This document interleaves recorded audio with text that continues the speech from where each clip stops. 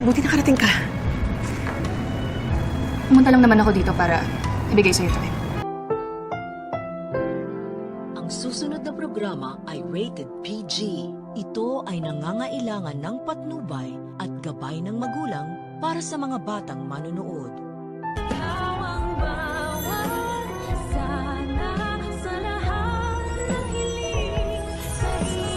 Sa'yo mapupunta ang majority ng kayamanan ni Tanda. Matapos nga nating malaman ang tunay na dahilan kung paano nakilala ni Justin ang kanyang Lolo Pepe at ito nga sa pamamagitan ng pag-uutos ni Lolo Pepe kay Quinito na magsagawa ng investigasyon upang hanapin ang kanyang apo. At nagsagawa pa nga ang matanda ng DNA test kay Justin upang mapatunayan niyang apo niya nga ito, ay pilit namang gagawa si Giselle ng paraan upang makausap ang kanyang anak na si Justin. Na sa una nga ay hindi pa siya makapaniwala nang dahil sa nga paniniwala niya na patay na ito. Kaya naman para magkaroon ng lakas ng loob si Giselle ay magpapasama siya sa kanyang pamangkin na si Annalyn sa isang restaurant upang doon sila makipagkita kay Justin.